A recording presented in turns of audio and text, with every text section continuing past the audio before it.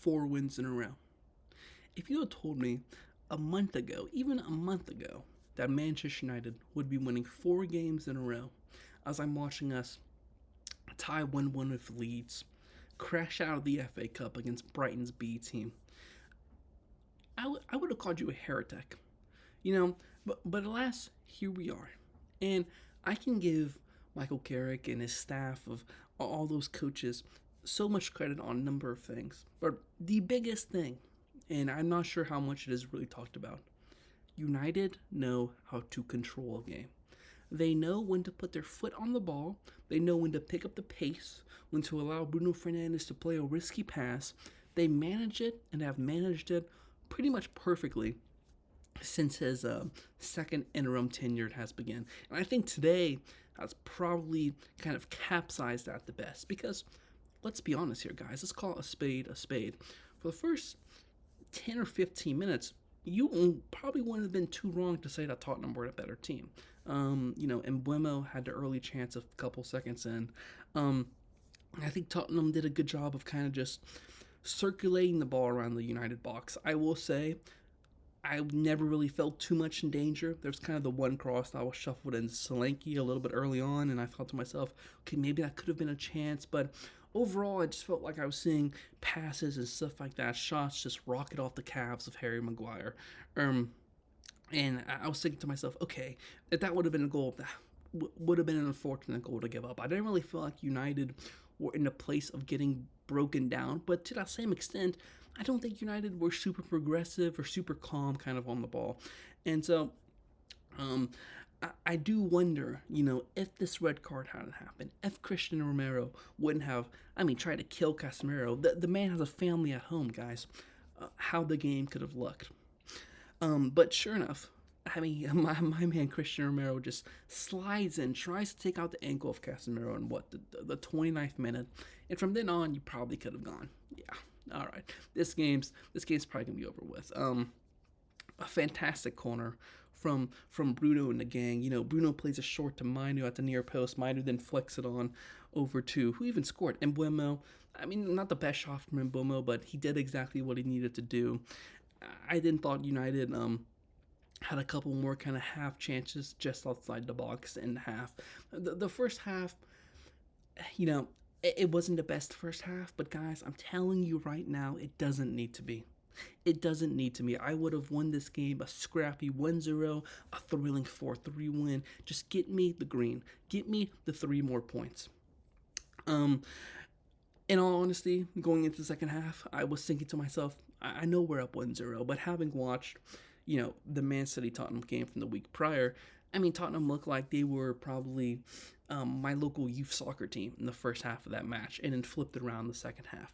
So I did think to myself, even though they're down to 10 men, they can still get a goal here. They can still kind of create chances, and I actually think. I think for the first couple of minutes, United did a decent job of trying to maintain that, and then Tottenham kind of ramped it up for the next 5 or 10 minutes or so. All I would see is just Conor Gallagher prancing up and down the midfield. Tottenham were kind of like sending 3 guys to every single Manchester United player in the midfield. It would be every single second. Kobbie Mainoo was on the ball now because he's fantastic. He was able to flick it away, but 3 or 4 Tottenham players would constantly attack, and they were kind of picking up momentum. And I'm hearing the Tottenham fans singing their songs and all these things, and then United calmed it down. Then we took the life out of the game. Spurs kind of have this 5-10 minute stretch where maybe they're not creating chances, but they're building momentum in the game. They're working themselves into it. Exactly what they did against Manchester City. And then we calmed it down. And then we realized, hey, we're the one with 11 guys. They are chasing us. We're at home. Get on the ball. Don't be afraid to play with a little bit more aggression, a little bit more risk. And we did that perfectly. And we just kind of overrided the momentum that Spurs were building. And I'm thinking to myself, would this have happened a month ago? No. 110% this would not have happened a month ago. Because I'm thinking to myself, I remember when United played Chelsea, towards the beginning of the season, Robert Sanchez made a terrible challenge on Embuemo. United ended up winning the game 2-1, but Casemiro got a red card. Both teams had their chances. It was a game where you're thinking to yourself, can this please just end? By the time the 90th minute rolls around, I'm doing olays with the fans. I'm thinking to myself, I could watch this for another 3 hours. All because United knew how to control the game. A fantastic second goal. I mean, Diogo Dalot, man, didn't he win the United Player of the Year 2 years ago? The Players Player of the Year 2 years ago, and then the last season he was pretty bad. Let's be honest. He wasn't great. I've never been the biggest fan of him. But gosh, guys, these past couple of games, especially Fulham in today, he's been on another level. On another level. That cross into that Bruno goal, absolutely fantastic. And we have this tendency. Every single United manager, since maybe even Ole, has just sent Dalot on these kind of incisive breaking through the backline runs about once or twice a game. And that's probably the most that you hear from him. He'll kind of make a run, get the ball sent over to him, and he'll launch it over the net. Trust me, this has happened at least 25 times in his Manchester United career. But these past couple of hours of watching him, I'm thinking to myself, there is a defender there. He sometimes puts himself in the most awkward positions as a fullback, where almost, I like to think that the touchline should kind of be your friend as a fullback, but to him, it's like his enemy. It's like he doesn't know what to do with the ball, with the touchline facing him, with the defender on him. He doesn't know what to do. But these past couple of games, he's just escorted the ball out of bounds, been able to play these 1-2s, been able to move up the pitch and not kind of fall over the ball. And I know maybe I'm sounding a little bit harsh, guys, but it's true. And today, a fantastic cross into kind of the shin of Bruno, who just guided it in there. And this is just the stuff, guys. You just maintain the tempo of the match. It's taken Bruno Fernandes 314 matches to reach 200 goals and assists in the Premier League era. I think only Wayne Rooney did it in a shorter amount of time, guys. I mean, we are looking at a magician on the ball, and I promise you, we're not going to appreciate it enough whenever he leaves. Whenever he decides to hang up his boots, we're not going to appreciate it enough, just how brilliant he is. I think Casemiro today did a continual solid job, just shielding the opposition box, or shielding our box away from the opposition, I should say. Kobbie Mainoo, as I mentioned, every time Spurs players threw on pressure, he was just able to flick it away. Lissandro Martinez, great performance. Harry Maguire, great performance. Luke Shaw had a risky pass. He just kind of heaved it into the midfield, almost created a Spurs chance a few minutes into the second half.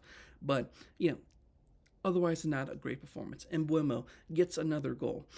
Substitutes. Benjamin Sesko does a good job. Probably should have scored. It's just, guys, over the past couple of months, you would have demanded excellent performances from every single United player in order to get a win.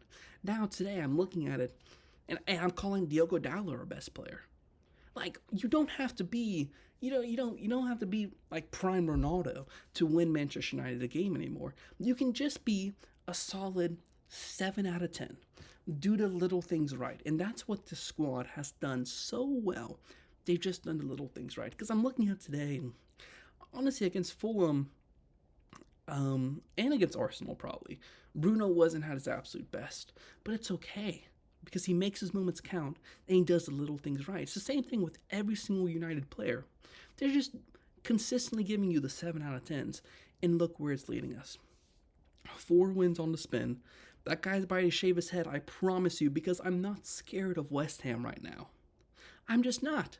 Under Amorim, I would have been shaking at the thought of having to play West Ham. But guys, I'm thinking to myself, okay, we can pick up points against West Ham. We can pick up points against Everton. Palace, that'll be a hard game, but we can probably get points from that. And I'm looking, I always hear you should be looking at the table below you rather than above you. But I'm looking at Aston Villa. I'm thinking to myself, don't let us catch you. I'm looking at Man City. Don't let us catch you. I'm not going to say Arsenal, guys. I as much as I want to say that Manchester United are in a title race, we're nowhere near it for now. For now, I promise. But I just feel calm.